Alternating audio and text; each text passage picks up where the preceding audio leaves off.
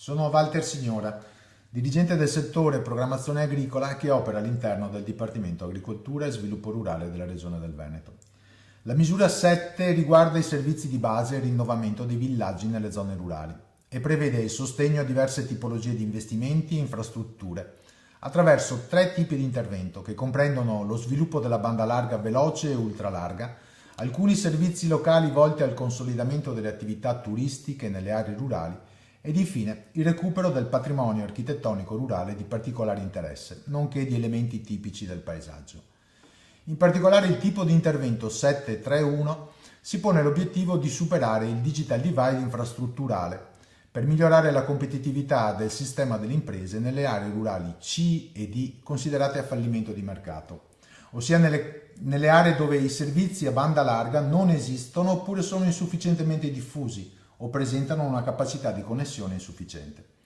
Gli investimenti sono attuati direttamente dalla Regione per la realizzazione di infrastrutture di proprietà pubblica necessarie per lo sviluppo dei servizi a banda larga veloce e ultralarga. L'accesso alla rete è consentito anche con il finanziamento diretto all'utente attraverso appositi terminali e attrezzature per la connessione web. Si tratta di modem, parabole satellitari e altre tecnologie wireless.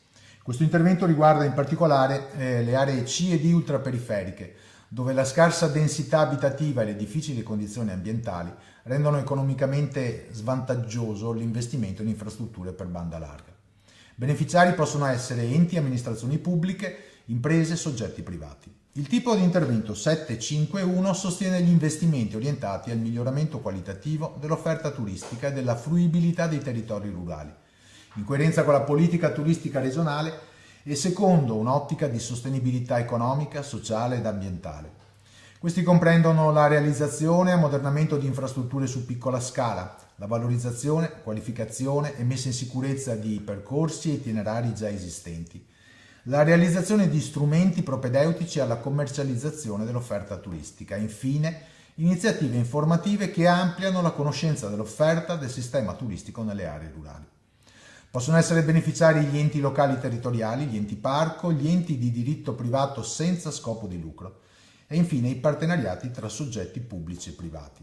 Il contributo in conto capitale varia in funzione della tipologia di investimento e di spesa e può andare dal 40% al 100% della spesa ammissibile.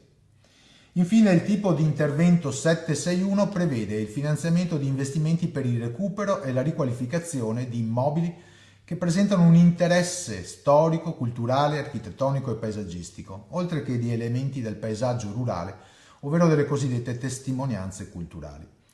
Si intende con questo intervento migliorare l'attrattività delle aree rurali e le condizioni di vita e delle popolazioni residenti, promuovendo nel contempo la diversificazione dell'economia rurale, allo scopo di contribuire ad invertire quella tendenza al declino socio-economico e all'abbandono che è classica di queste zone. Sono beneficiari dell'intervento gli agricoltori, le associazioni di agricoltori e le associazioni miste tra agricoltori e soggetti gestori del territorio e infine gli enti pubblici. Il contributo in conto capitale o in conto interesse corrisponde al 50% della spesa ammissibile. Questi 2 tipi di intervento rivolti al turismo e al patrimonio architettonico nelle aree rurali saranno attivati in particolare attraverso lo sviluppo locale leader, ossia dai gruppi di azione locale.